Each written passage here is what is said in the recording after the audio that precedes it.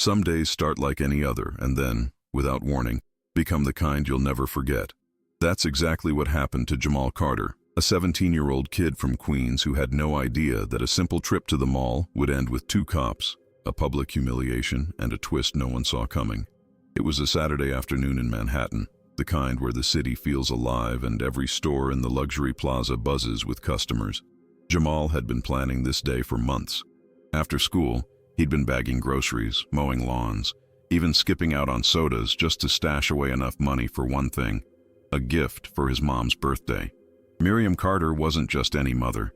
She was the kind who worked 2 jobs, pushed him to aim higher, and taught him to never let the world define him by the color of his skin. Jamal wanted to give her something beautiful, something that showed her how much he appreciated everything she'd sacrificed. So, when he walked into that high-end jewelry store with his credit card tucked safely in his pocket, his heart was pounding for all the right reasons. He wasn't nervous because he couldn't pay. He was nervous because he wanted it to be perfect. He had no idea he was about to be judged before he even spoke. The jewelry store was quiet, almost unnervingly so. No music, no background chatter, just the sharp click of Jamal's sneakers against polished marble floors. The glass counters gleamed under pristine lighting, showcasing rows of glittering diamond rings and gold chains. Behind the main counter stood a woman in her 50s, dressed in a tailored navy suit. Her expression was unreadable, but her eyes scanned Jamal the moment he walked in, starting from his sneakers up to the hoodie he wore zipped halfway up. That glance was longer than necessary and colder than it should have been. Still, Jamal approached the counter with a polite smile. "Good afternoon," he said. "I'm looking for a ring for my mom. It's her birthday." The woman didn't smile back. Her name tag read Thompson. She narrowed her eyes slightly and tilted her head, clearly debating whether or not to even entertain the idea. "A diamond ring?" she asked, with a tone dripping in doubt. Jamal nodded. "Something nice, something special." Instead of reaching for a key or offering to show him anything, she crossed her arms. "Do you have the money for that?" The words hit harder than they should have. Jamal paused, tried not to flinch. He'd heard that tone before, that assumption. He stayed calm. Wordlessly, he took the credit card from his pocket and laid it gently on the glass counter. Her eyes flicked down to the card, then back to his face, and in that instant, Jamal felt the whole mood shift, something heavy in the air like a storm about to break. He didn't know she was already dialing the police behind the counter, but he was about to find out. Jamal stayed near the counter, trying not to let the tension seep into his thoughts. He kept his eyes on the rings inside the glass case, imagining how one of them would look in a little velvet box, handed to his mother on her special day. He pictured the smile she'd give him, the kind that said she was proud, not just because of the gift, but because of the thought behind it. But something didn't sit right. The store was still empty, too quiet, and the woman, Ms. Thompson, was taking a suspiciously long time to come back with the models from the vault. A chill crept up his spine. Maybe it was paranoia, maybe it was instinct. He shifted his weight from one foot to the other, glanced over his shoulder. Nothing yet. No sounds from the back. And then the door burst open. 2 police officers stepped inside, fast and with purpose. They weren't here to shop. Their eyes locked on Jamal like he was a threat. Their hands hovered near their holsters, tension in every movement. Jamal blinked, startled. "Hands where I can see them," one of the officers barked, his voice booming against the marble. Jamal's heart dropped. He instinctively raised his hands, confused and terrified. "Wait, what's going on?" he asked. But they didn't answer. They didn't even pause. One officer, a tall man with mirrored sunglasses, marched over and grabbed his wrist roughly, twisting his arm behind his back. "We got a call about a suspect. Young male matching your description, possibly attempting theft," he said. Jamal's breath caught in his throat. "I didn't steal anything," he muttered. "I'm just buying a gift for my mom." But no one was listening. The other officer, a stockier man with a clipped haircut and a hard stare, picked up Jamal's credit card from the counter and examined it like it was forged. "This yours?" he asked, not waiting for an answer. He scoffed and held it up. "Yeah, right." The disbelief in his voice was louder than his words. Jamal felt like he'd been punched in the chest. He opened his mouth to defend himself again, but before he could, the first officer spun him around and shoved him against the counter. The glass rattled. "Do you have any weapons on you?" came the question, sharp and rehearsed. "No, I don't," Jamal stammered, trying to breathe. The room felt smaller now. His hands trembled as they patted him down roughly, right there in plain view of everyone walking past the store entrance. Shoppers slowed, eyes wide, murmuring to each other as they passed. No one stepped in. No one asked if he was okay. Ms. Thompson had returned, arms crossed, lips pursed in satisfaction, like everything was unfolding exactly as she expected. To her, this wasn't an overreaction. It was confirmation. And yet Jamal hadn't done a single thing wrong. Just being there, being black in a luxury store, had been enough to mark him guilty. Inside, something cracked. It wasn't just humiliation, it was rage, shame, confusion all tangled together. He wasn't sure if he wanted to cry or scream or run. Then one of the officers took his wallet, flipped it open, and read the ID. And that's when everything stopped. The officer froze. His eyes darted from the name on the ID back to Jamal's face, and then to his partner. "What is it?" the second cop asked, clearly impatient. But the first couldn't answer, because what he'd just read changed everything. The silence in the store thickened as the taller officer stared at the ID in his hand, his mouth slightly ajar, like he'd just seen a ghost. The name printed on that government-issued card wasn't just familiar, it was infamous, at least in law enforcement circles. Jamal Carter, son of Miriam Carter. His skin went pale. Miriam Carter wasn't just any mother. She was the director of the FBI's New York division, a woman known for her uncompromising integrity, zero tolerance for misconduct, and a reputation that left even seasoned agents walking on eggshells. And now, without realizing who they were dealing with, these two officers had just roughed up her son in the middle of a luxury shopping mall in broad daylight, based on nothing but prejudice and the baseless word of a biased saleswoman. The second officer, noticing his partner's reaction, asked again, "What's going on?" The ID was handed over silently. He read it, blinked, then looked at Jamal with sudden clarity and fear. "Oh no," he whispered. They'd screwed up. Badly. Jamal, still catching his breath and trying to process what had just happened, saw it too. Something had shifted. The way the officers held themselves, the way they looked at him now. It wasn't suspicion anymore. It was panic. "Listen, kid," the first officer started, his tone softer, almost apologetic. "This is just a misunderstanding." But Jamal didn't respond. His arms were still sore from being yanked, his dignity still bruised. And deep inside, he was already wondering what his mother would say when she found out. They released him clumsily, as if hoping that letting go of his arm would undo what they'd just done. One of them muttered something about being sorry for the confusion, but it rang hollow, like a rehearsed line. Ms. Thompson, who had stood smugly behind the counter moments ago, was suddenly much less composed. Her arms dropped to her sides and she took an instinctive step back as the glass doors of the store opened once again, this time without warning and with a presence that demanded attention. Several individuals walked in wearing sharp black suits, earpieces in their ears, scanning the room like they'd entered a crime scene. And at the center of them, walking with a calm, surgical authority that immediately silenced the room, was Miriam Carter.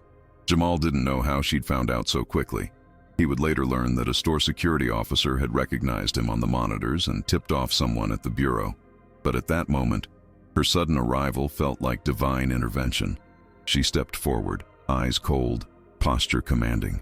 She looked at her son first, checking him from head to toe. "Are you hurt?" she asked, her voice low and measured.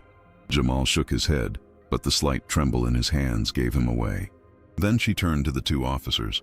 The weight of her stare could have dropped a man twice her size. "I'll ask once," she said, voice steady as stone. "Why was my son assaulted inside a jewelry store without committing a single crime?" The officers stammered, trying to shift blame. One pointed to the saleswoman, but no excuse was going to save them now. The temperature in the room had dropped several degrees. This was no longer just a humiliating mistake. It was an incident, and it had consequences. The atmosphere inside the jewelry store had flipped entirely. Just minutes ago, the officers and the saleswoman held the power. Now they looked like school children caught red-handed. Miriam didn't raise her voice. She didn't need to. Her calm was terrifying. Her silence, more potent than any shouting could ever be. Officer Reynolds, the taller of the two, struggled to find words.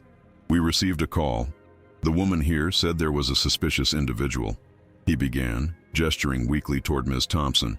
Said he matched the description of someone casing the place.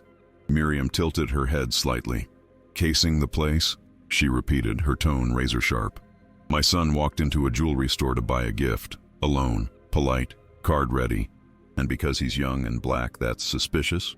Officer Miller, who had been silent, finally spoke up. Ma'am, we didn't know he was your son. Miriam didn't even blink. So if he wasn't my son, this would have been acceptable? That question dropped like a weight. Neither man answered. Jamal stood quietly beside his mother, watching the scene unfold, still reeling from the emotional whiplash. His chest was tight, but he held his head higher now. Because finally, someone was saying what he couldn't, and that someone happened to be the most powerful voice in the room. Ms. Thompson had backed all the way to the edge of the counter, her face pale, mouth twitching slightly. Miriam turned her attention toward her with clinical precision. You're the one who made the call? The saleswoman hesitated. I thought he might be trying to what? Miriam cut in, voice like steel. He spoke clearly, asked politely. You never even unlocked the case. You went straight to fear. The woman swallowed hard, visibly shaking. I was only looking out for the store. Miriam raised an eyebrow. Were you? Because what I saw was profiling, judgment, and a total lack of professionalism.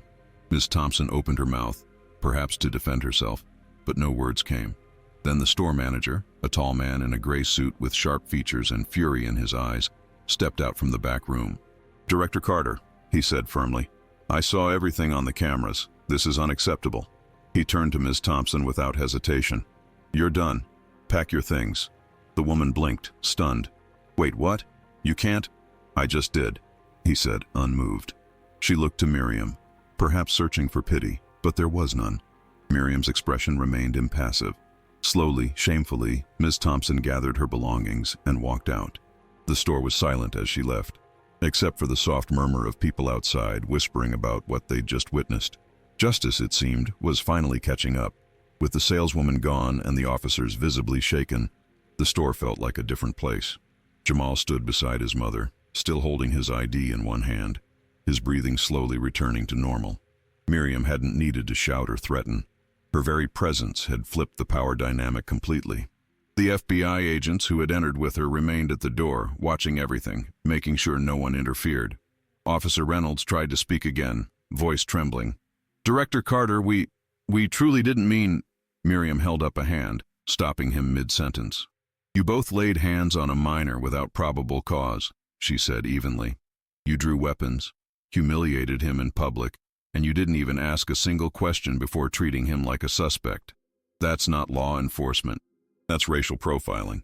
Jamal didn't say a word, but inside he felt something shift. For years he'd been warned by his mother to stay alert, to stay calm, to never provoke a situation. And still, it hadn't protected him.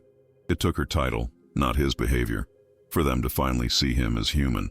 The irony stung. As Miriam pulled out her phone and began dialing, Reynolds took a cautious step forward. Please, he said, can't we resolve this here? His tone was no longer commanding. It was pleading. Miriam raised her eyes, calm and clear. No, she replied. You made a choice the moment you walked through those doors and grabbed my son without asking a single question. Now you'll deal with the consequences. On the other end of the call, someone picked up. Agent Smith, we have an incident.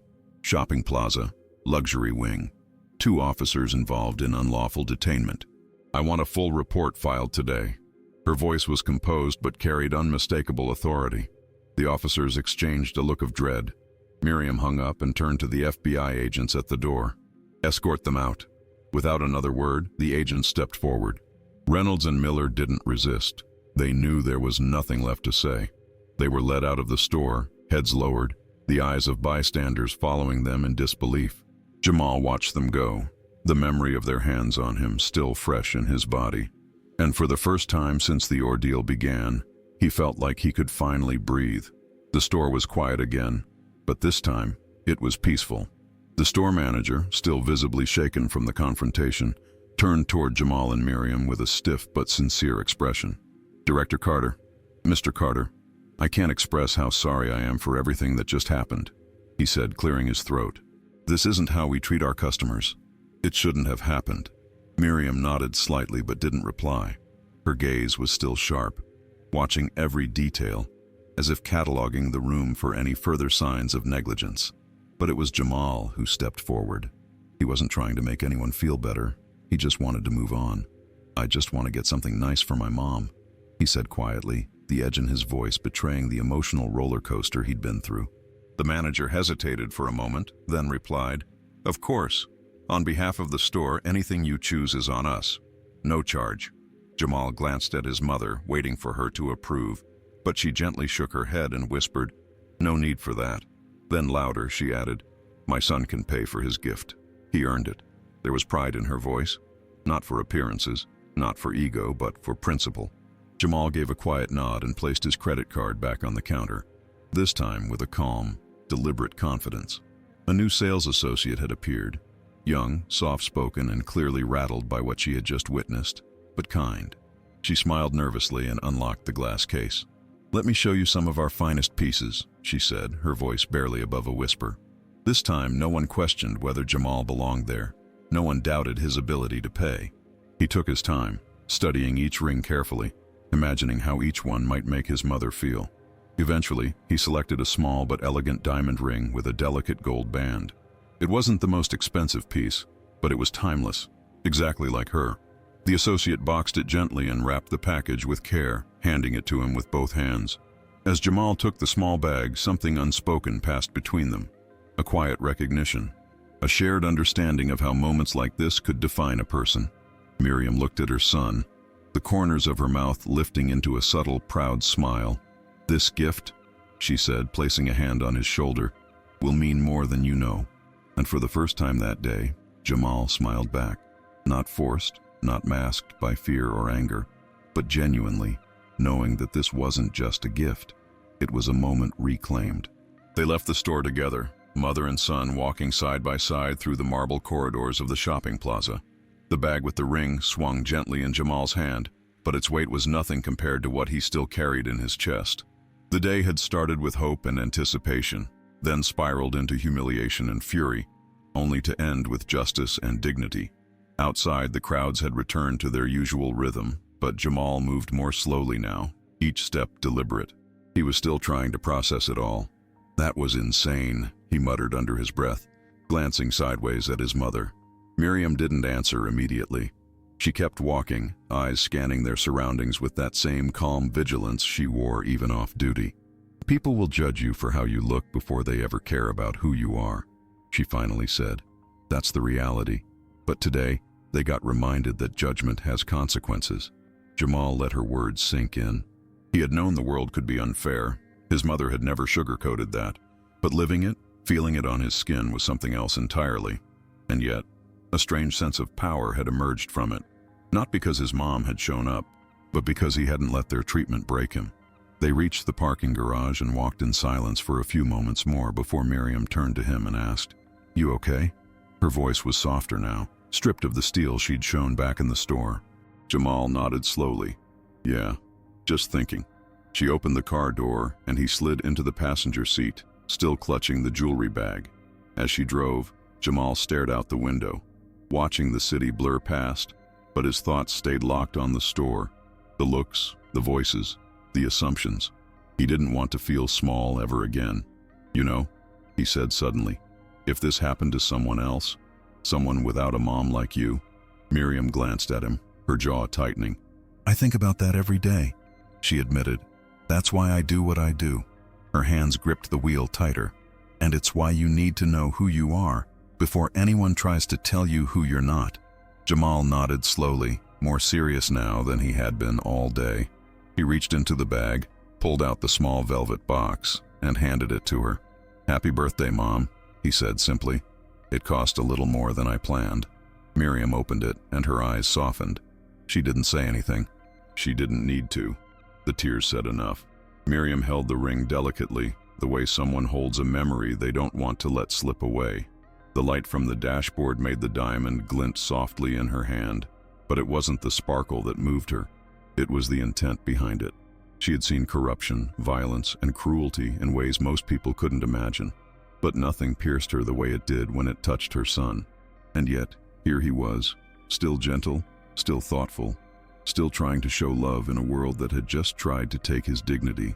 "It's beautiful," she whispered, slipping it onto her finger. It fit perfectly. Jamal watched her closely, trying to gauge whether it was enough. Not just the gift, but if anything could make up for what had happened. But his mom didn't look sad anymore. She looked proud. "You didn't just give me a ring today," she said. "You gave me proof that you're everything I hoped you'd grow up to be." Jamal looked down, blinking fast. He didn't want her to see the emotion building up behind his eyes, but she saw it anyway.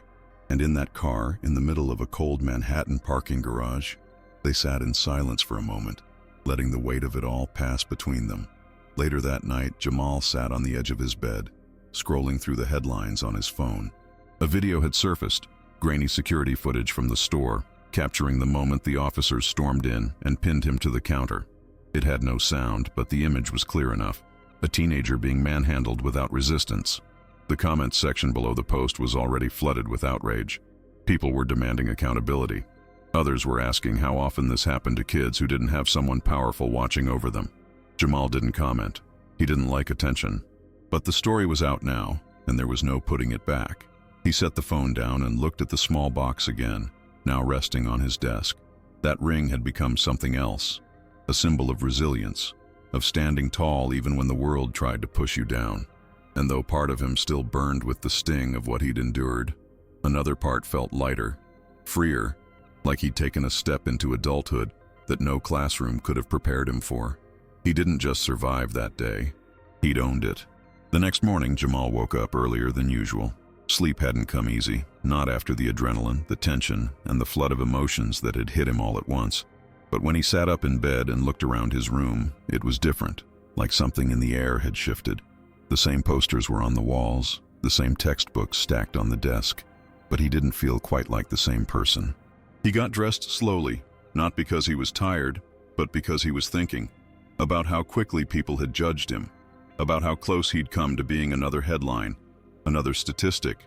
And yet, it wasn't the fear that stuck with him most. It was the clarity, the realization that in just a few minutes, everything he knew about justice and identity had been tested. And despite the humiliation, despite the pain, he hadn't let it define him. Downstairs, he found his mom in the kitchen, already dressed for work, coffee mug in hand. She looked up when he entered. "You sleep okay?" she asked. Jamal nodded. "Yeah, I did. And it wasn't a lie." Somehow, even after it all, he'd found peace in knowing he'd stood his ground. On their way out, Miriam drove him to school, the way she always did. The car was quiet, but it wasn't an awkward silence. It was the kind that came from shared understanding. At a red light, she glanced over at him. "You know this won't be the last time someone sees your skin before they see your name," she said gently.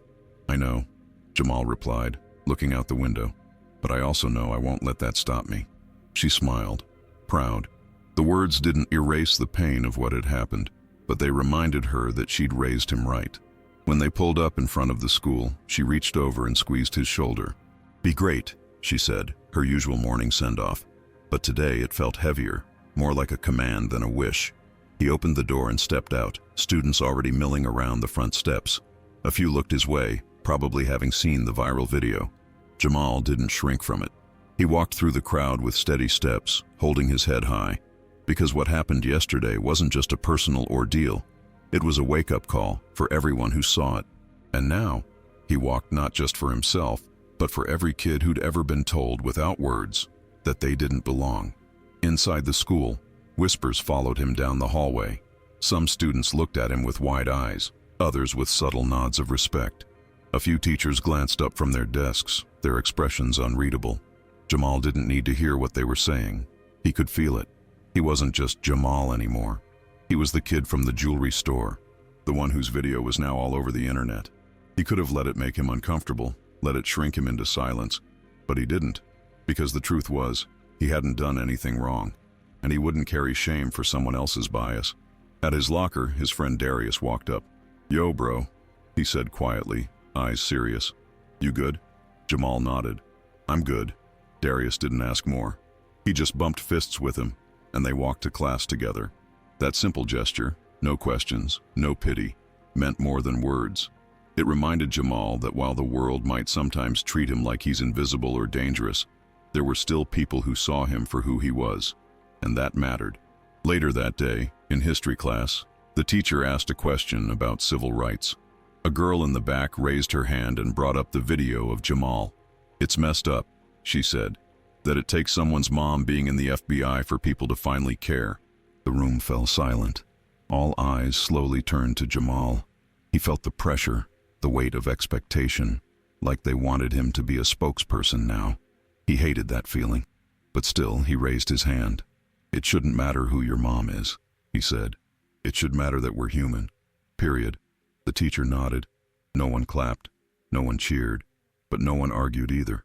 That silence, it was a different kind this time, a respectful one. When the bell rang and students began to file out, a few patted him on the back, others just nodded. But Jamal walked out of that classroom feeling something new. Not relief, not pride, something closer to purpose. Like maybe all of this, everything he went through, meant something. Like maybe his story could help others find their voice too. By the time Jamal got home that evening, the video had already racked up over 100,000 views. News outlets had started picking it up. Headlines ranging from "Teen wrongfully accused in jewelry store" to "FBI director's son victim of racial profiling." But Jamal wasn't focused on the clicks or the outrage. He sat on the couch, scrolling through the comments, looking for something deeper. Among the noise, he found messages from strangers, other teenagers, parents, even retired cops, saying how the video had shaken them. Some admitted they'd made assumptions like Ms. Thompson had. Others shared stories of their own, moments they'd been followed, accused, dismissed. Jamal leaned back and stared at the ceiling. He hadn't asked to become a symbol. He wasn't trying to make a point when he walked into that store. He just wanted to buy a gift. But now his experience was rippling outward. It wasn't just about him anymore. And somehow that responsibility didn't scare him. It grounded him. Because if even one person thought twice next time, then maybe it hadn't all been for nothing. Later that night, Miriam sat beside him on the couch, a blanket wrapped around her shoulders. She'd been quiet most of the evening, watching from a distance as her son processed the whirlwind of attention. But now, in the soft glow of the living room lamp, she turned to him. "How are you holding up?" she asked. Jamal shrugged. "Tired, but okay." She nodded. "You know, when I was your age, I had my own moments like that. People looked at me and saw what they wanted to see. Never asked who I was." Jamal looked at her, surprised. Miriam wasn't the type to share much about her past. "What did you do?" he asked. She smiled faintly. "I kept going. I worked harder. I made sure they couldn't ignore who I was. And eventually they had to listen." Jamal nodded slowly, understanding more with every word. "You think people will actually learn from this?" he asked.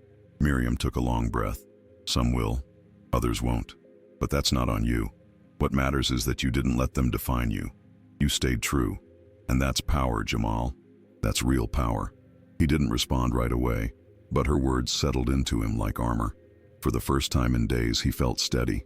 The following week brought even more attention. A local news station requested an interview. Advocacy groups reached out, asking if Jamal wanted to speak at community events. His school principal pulled him aside to offer support, and quietly, to ask if it was okay for them to use his story in upcoming workshops on equity and inclusion. Jamal felt like he was living two lives at once. One where he was still a teenager, with assignments due and college applications looming, and another where his face had become a quiet emblem of something much larger than himself. He was cautious. He didn't say yes to every request, but he didn't hide either. When he finally agreed to one interview, with a small podcast run by a group of high schoolers, he did it not to talk about being the son of the FBI director, but to talk about what it feels like to be invisible until you're suspected. "I didn't do anything special," he told them. "I just walked into a store." That line stayed with people. It said more than a speech ever could, and the more he spoke, the more he realized something. His voice had weight now, and he wasn't going to waste it. But for all the headlines and hashtags, what mattered most happened quietly, away from the cameras. One afternoon, about 2 weeks after the incident, Jamal received a handwritten letter in the mail. No return address. Inside was a simple message. "I saw what they did to you. I used to be like them. I won't be again. Thank you." Jamal read it twice, then a third time. The paper trembled slightly in his hands. It was the first moment since everything happened that he felt seen, not as a victim, not as a story, but as a person who'd made someone else rethink their actions. He folded the note gently and placed it in the drawer next to his bed. That night, as he lay in the dark, he thought about how strange it was, how one of the worst days of his life had led to something he still couldn't fully explain. A chain reaction, a quiet reckoning, and maybe, just maybe, a shift in the world, even if just a small one. He didn't know where it would go from here, but he knew it started with truth, and he'd lived his. Days turned into weeks, and the world kept spinning. The headlines moved on, as they always do. Another controversy, another story to consume. But for Jamal, the impact didn't fade. Every time he stepped into a store now, there was a moment, just a second, where he wondered if the same thing would happen again. If someone would look at him and see a threat instead of a customer. But he didn't let that stop him. If anything, it made him walk taller. He wasn't immune to fear, but he had something stronger now. A sense of self that no one could take. He had seen what it looked like to be wrongly accused, and he'd faced it with a level of grace he hadn't known he had in him. That stayed with him. At school, life slowly returned to normal. Friends joked around again. Teachers stopped pulling him aside for awkward check-ins. But Jamal noticed something had changed, not just in how they treated him, but in how they treated each other. Conversations started happening. Questions were asked. A few classmates even thanked him, not for what he went through, but for how he handled it. That meant more than any apology ever could. At home, Miriam continued with her work, as relentless and precise as ever, but now with a subtle difference in the way she looked at Jamal.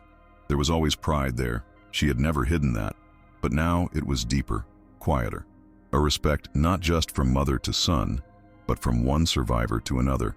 One evening as they finished dinner, Jamal asked her, "Did you ever think something like that would happen to me?" She didn't answer right away.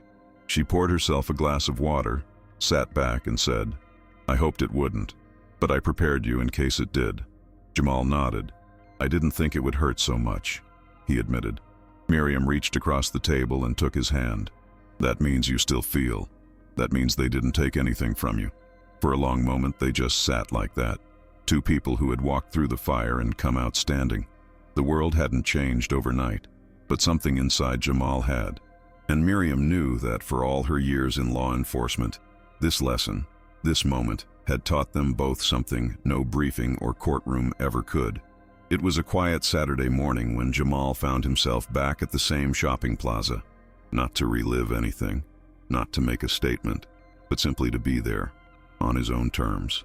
He walked past the same storefronts, the same marble floors, the same jewelry store. For a moment, he paused outside it.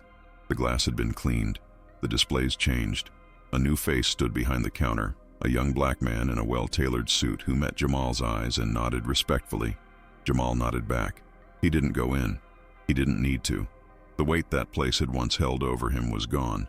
He kept walking, this time with no destination, just the urge to reclaim the space that had tried to make him feel small.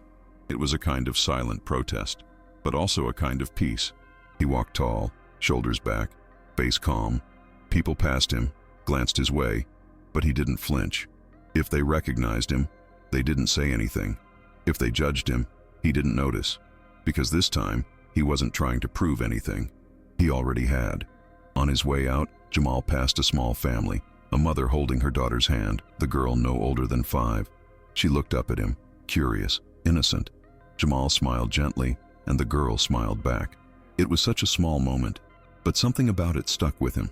Maybe because it reminded him of what it means to be seen without suspicion, to just exist without judgment. He realized then that what he wanted, what he really wanted, wasn't justice for himself. That had already come. He wanted prevention. He wanted that little girl to grow up in a world where walking into a store didn't require armor, where her skin wouldn't speak before she did. He didn't know if that world was possible, but he knew people were listening now, people who hadn't listened before. And maybe, just maybe, if enough people kept speaking, kept showing up, kept refusing to shrink, then that world could start to take shape. He turned toward the mall exit, the morning sun spilling through the glass doors ahead. Jamal Carter stepped outside not as a victim, not as the son of someone powerful, but as himself, unchanged in his values, but transformed in his presence. That night, Jamal sat on his balcony, legs stretched out, hoodie pulled over his head as the breeze drifted softly through the city. His phone buzzed beside him. Another notification, another comment, another post tagging his name. But he didn't check it. Not now. The noise would still be there in the morning. What mattered in that moment was silence, stillness. He looked up at the stars, faint against the city glow, and tried to make sense of the weight he still felt in his chest. Not pain, exactly. Not even anger. Just depth. Like he had aged in ways no one could see. Part of him wanted to go back to how things were before the jewelry store, before he became that kid from the video. But another part knew he couldn't, and maybe he shouldn't. What had happened to him wasn't unique. That was the saddest part. But maybe, because it had happened in front of the world, and because someone powerful had stepped in, it meant something more. It opened eyes. It sparked conversations. And most importantly, it reminded Jamal of something his mother always said: don't ever let them decide who you are. Now, when he walked into a store, he walked in as Jamal Carter, someone who knew who he was, someone who had lived through something that could have broken him, but hadn't. And every time someone looked at him too long, or hesitated before speaking, or watched him a little too closely, he didn't shrink. He didn't explain. He just existed, unapologetically. And that was its own kind of defiance, its own kind of victory. Sometimes people would still recognize him from the video. A few even approached him to say how much it had affected them. He was always polite, but he didn't chase the attention. He didn't need to be a symbol. He just needed to live, and to make sure others like him saw that it was possible.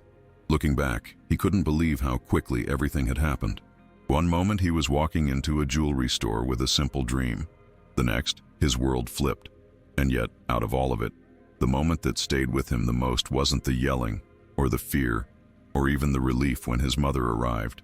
It was the silence, right before he handed her that little velvet box. That, he realized, was the real victory. That he would never forget. Some stories end with applause, others with headlines.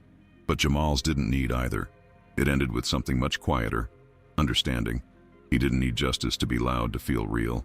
It had already spoken through every decision he made after that day, through the way he carried himself, through the way he held his gaze steady when others looked at him with doubt, through the strength he discovered not when the police backed off, but when he chose not to let that moment define him.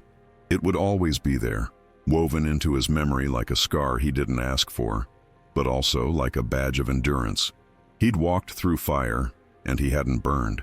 And in a world where people like him are so often forced to prove their worth just to exist peacefully, survival itself was an act of courage. His story wasn't just about injustice, it was about how to stand back up after the world tries to knock you down, about choosing dignity over vengeance, about the quiet power of presence. To this day, Jamal doesn't tell the story often. He doesn't need to. It lives in how he moves through the world, in the way he helps others now, quietly, intentionally, always watching for the kid who's about to be overlooked, misunderstood, or wrongly accused.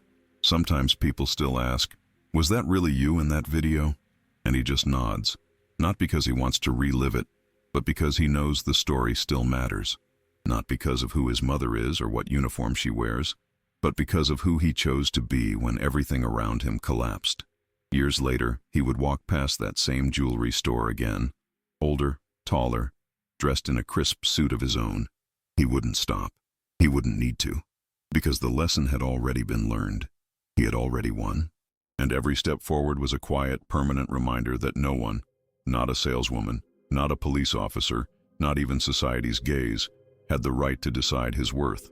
That story may have started in a store, but it ended with a truth that would follow him for life.